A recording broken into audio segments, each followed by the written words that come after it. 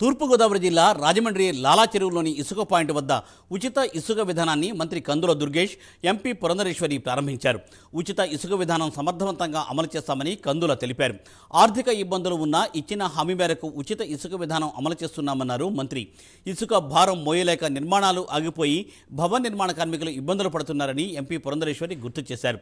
నిర్మాణ రంగాన్ని మరింత వేగవంతం చేసేందుకు ఇసుక విధానం దోహదపడుతుందని అన్నారు వారు. ఏదైతే ఎన్నికల సమయంలో చంద్రబాబు నాయుడు గారు, ముఖ్యమంత్రి గారు, ఉప ముఖ్యమంత్రి పవన్ కళ్యాణ్ గారు చెప్పిన హామీ మేరకు ఉచిత ఇసుకను వినియోగదారులకు అందించేటువంటి కార్యక్రమాన్ని మన రాజమహేంద్రవరంలో మన ఎంపీ గారు పురంధేశ్వరి గారు, స్థానిక శాసనసభ్యులు వాసు గారు, కలెక్టర్ గారి సమక్షంలో ప్రారంభించడం ఇది ఒక శుభ పరిణామం.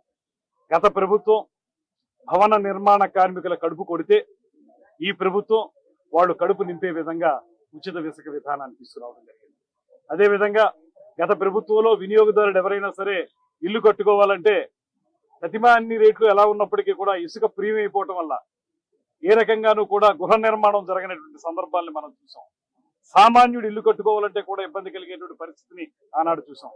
ఇవాళ ప్రభుత్వం వచ్చిన వెంటనే ఒక పక్కన ఆర్థిక భారం ఖజానా మీద పడుతున్నప్పటికీ కూడా, గత ప్రభుత్వం మొత్తం ఖజానాని ఖాళీ చేసి వెళ్ళిపోయినప్పటికీ కూడా, ఎంత భారమైనప్పటికీ కూడా పెంచినటువంటి పెన్షన్లని పెద్ద ఎత్తున ఇవ్వటం అనేటువంటి కార్యక్రమం కానివ్వండి, రైతు భరోసా అని వాళ్ళు చెప్తే రైతు సేవని మేము చెప్తున్నాం.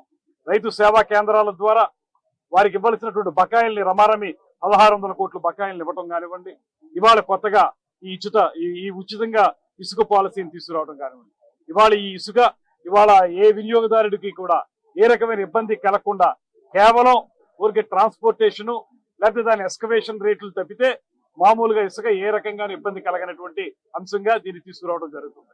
మనం అందరం కూడా సంతోషించేటువంటి దినం. ఎందుకంటే గత ప్రభుత్వంలో ఏదైతే ఇసుకలో అవినీతి జరిగిందో ఆ అవినీతిని తొలగిస్తూ ఇవాళ ప్రజలకి హితమైనటువంటి ఒక ఇసుక విధానంతో ప్రజా పరిపాలన ఇవాళ తీసుకొచ్చినటువంటి సందర్భంలో మనం అందరం కూడా దీన్ని స్వాగతించవలసినటువంటి విషయంగా భావిస్తున్నాము.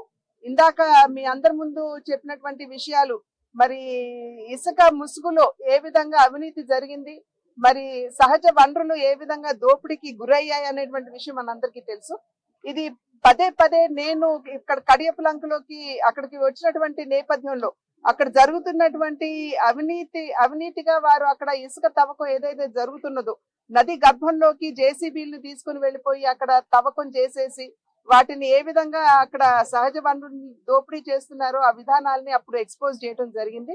అయితే ఇవాళ ఇక్కడ చూసినట్లయితే ఏదైతే ఇందాక కలెక్టర్ గారు చెప్పారు, బోట్స్మెన్ సొసైటీస్ ని రివైవ్ చేస్తూ వాటి మాధ్యమంగానే ఎక్స్కవేషన్ చేస్తూ ఏదైతే శాండ్ పాయింట్ కి వస్తుందో ఇక్కడ నుండి జేసీబీల మాధ్యమంగా మరి లారీల్లోకి లోడ్ చేసి పేదలకు అందించేటువంటి విధానం కనుక ఖచ్చితంగా ఇది మనం అందరం కూడా స్వాగతించాలి.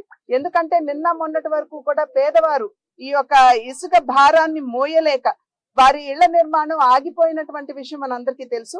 ఎందరో పేదల కన్నీళ్లు ఇవాళ తుడుస్తూ కొత్త విధానాన్ని రాష్ట్ర ప్రభుత్వం తీసుకుని వచ్చింది.